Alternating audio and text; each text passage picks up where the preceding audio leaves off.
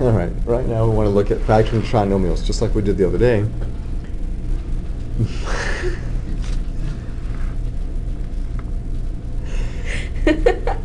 These are trinomials that are of the form ax squared plus bx plus c, and we want to look specifically at what happens when that lead coefficient does not equal 1. What happens when the lead coefficient doesn't equal 1? Okay. So an example of the lead coefficient not being equal to 1 will be this guy right here, 2x squared plus 7x plus 6. There are two main little tricks that I want to show you. I won't really call them tricks so much as they are techniques. They are bits of logic that we use to show us what we should or shouldn't use for combinations. Because it's very easy to get lost in trying all the different types of combinations, guessing and checking, trial and error. I want to show you how you can use some things. I can show you some things will work or some things most definitely will not work. Okay? I want to make sure that you know this and that you are presented material much better than I was when I was your math age. Okay? So if I take 2x squared plus 7x plus 6 and I think about, how did I look at things yesterday? I looked at this was the product of the first terms, 6 was the product of the last terms, but my 7x was a product of my outside and my inside terms added together.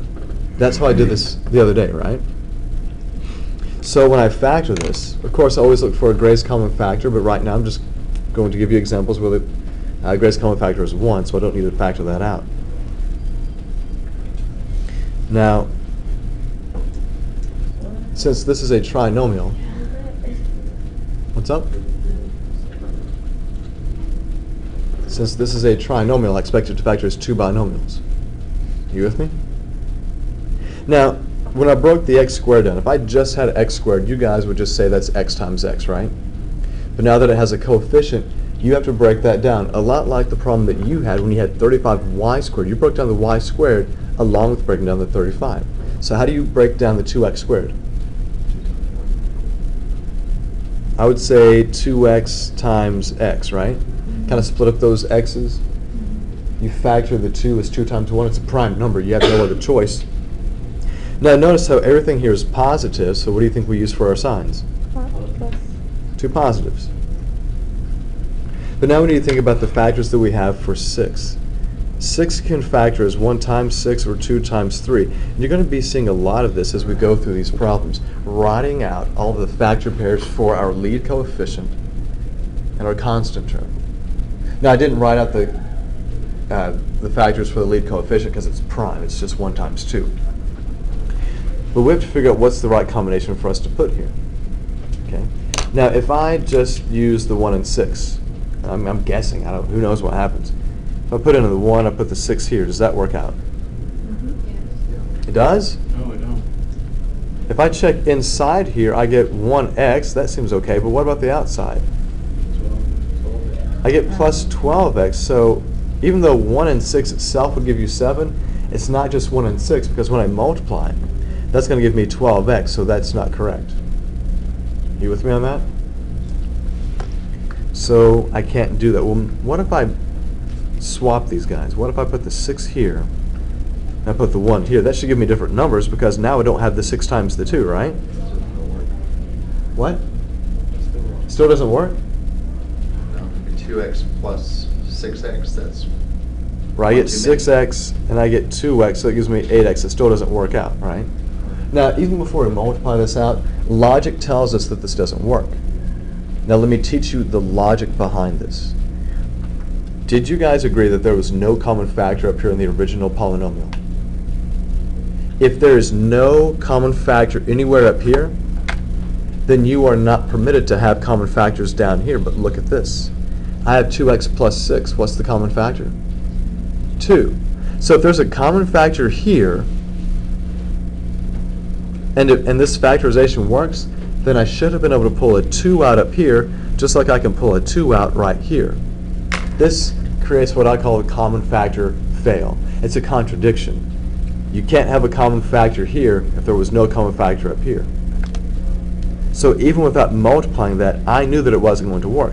Now you guys didn't know that because I hadn't talked to you about the logic behind it. So 1 and 6 doesn't work. So it doesn't matter where I put that, it's just not going to work. How about 2 and 3? Yeah. Now think about the logic that I just used. Is there something that would lead to a contradiction? Is there a number that I can't put a certain place? 2x plus 3. What can I not put here? 2. If I put the 2 here, that would have a common factor, right? But I already said we don't have a common factor. So that means that the 2 is forced over here, and the 3 has to go here. Now, does that work out? I get a plus 3x in the middle. On the outside, I get a plus 4x, and all together, I get what? I get 7x, so now everything checks out. You guys with me on that? Maybe, yes, no. You're just gonna, all right, you've been frozen. Somebody put a spell on you. But what if you wind up where you have two numbers that are multiples of each other in both? Is that likely to ever happen, or is it? If you have a final answer that works out, and there's a common factor in one of these guys, that means that there was a common factor that you missed. Oh. Okay. But as long as you take out the common factor, you shouldn't have common factors down here. It's not going to happen. Okay. Let's try this guy right here. 6x squared plus 5x minus 6. Okay. It still has the same kind of thought process here. You have to find the correct factors for your lead coefficient and for your constant term.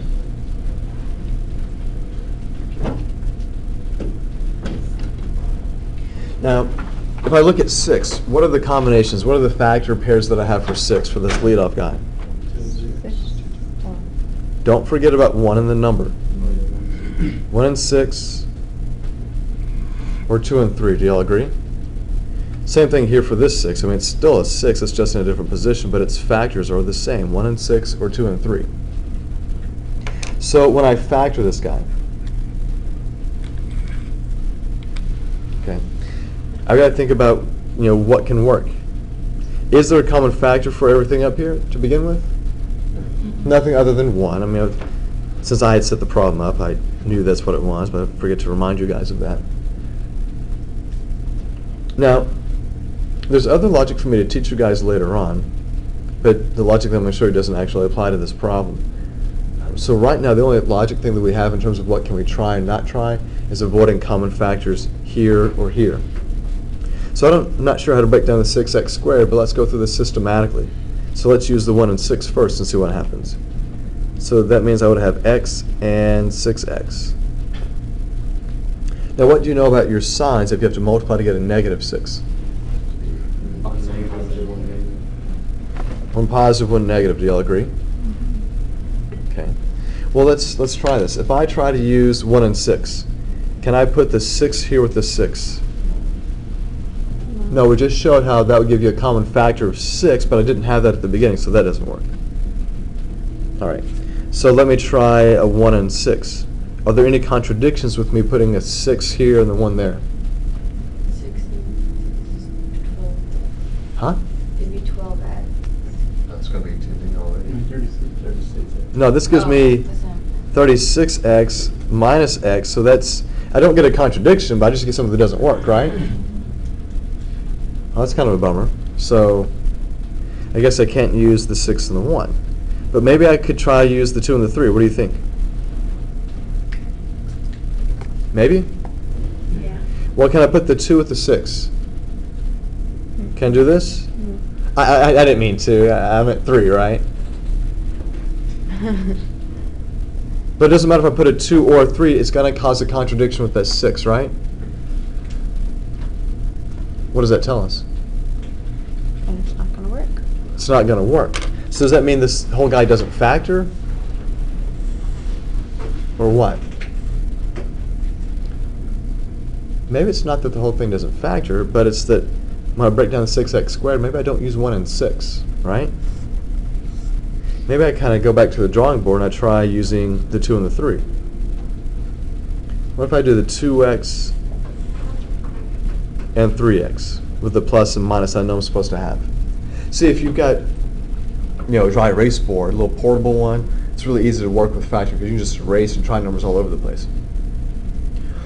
Let's see what I can use here. If I've got the 1 and the 6, can I put the 6 with the 2? No. So I can put the 6 with the 3 then? No. So that right there, no matter where I put the 6, I get a contradiction, right?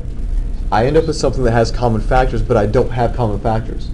So I don't need to actually multiply all that out, because logic tells me it won't work. So that means I have to use 2 and 3. If anything's going to work, it's going to be this guy. What does that tell you about what goes here? 3. The 3 has to go here because it can't go with the 3, and the 2 has to go with the 3x. Do y'all agree? But does everything check out here when you multiply it? Of course, this is supposed to give you 6x squared because that's where you got the 2 and the 3 to begin with. Positive 3 times negative 2 is negative 6, so that checks out. On the inside here, you get a positive 9x. What's on the outside? Minus 4x. Pay attention to your signs. And that's a positive 5x. So does everything check out? So you have to go through all that. Well, I was showing you every possible combination here. I was showing you certain combinations that don't work, that we didn't even have to try. Because sometimes you don't know where you're going to start. Now, you may instinctively start with 2 and 3. Someone else may start with 1 and 6. But I want to show you that you can work through these very quickly, and I can show you combinations not to even try. Okay? It's a lot more complicated. Than what we were doing before? Well, it is a little bit more complicated because you're not just worrying about how do you factor this guy, but you have to factor this guy as well, and these guys have to work together. Because see, I noticed like when we're doing the trinomials, they actually had common that were actually common multiples of each other. You could look at the last number and say, okay, 2 times 3 is 6, and then of course your middle term would be 5x. I mean, that's just doing simple math. Right, but that, if it was just like this.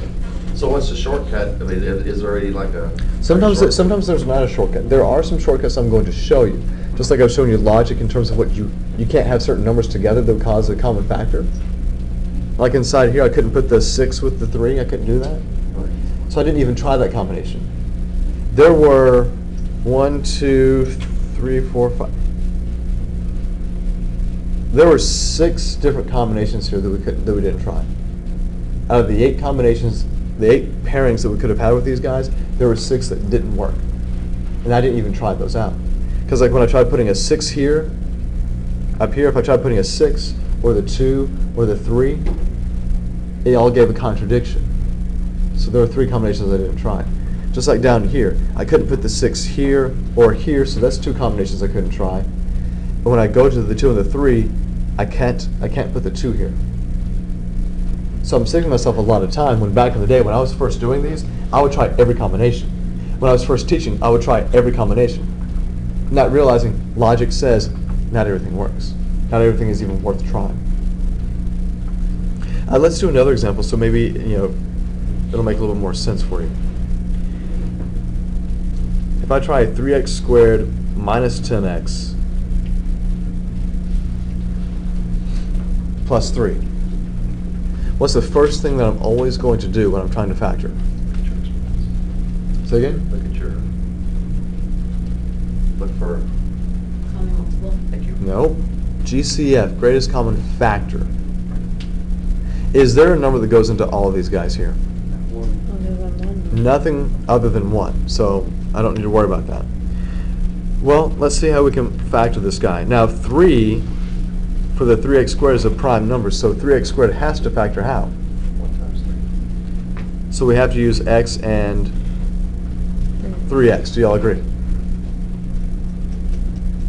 What do you know about your signs? Negative and positive. You have to multiply to get a positive number. Negative and negative. So 2 negatives, right? Now what about 3? It has to be 1 and 3, right? But use logic, because there's going to be a contradiction if you don't pay attention. Can I put the 3 with the 3? No, because it would have a common factor in that. You said I didn't have one. So that means the 3 is forced to go here, and the 1 goes there. Is that true? Let's check the inside and outside pieces. What do you get inside? Negative 9x. Make sure you understand it's negative 9x and not negative 6x. What's on the outside?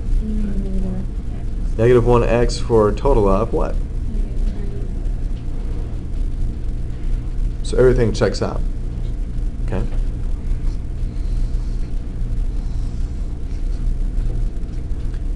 Any questions about that one?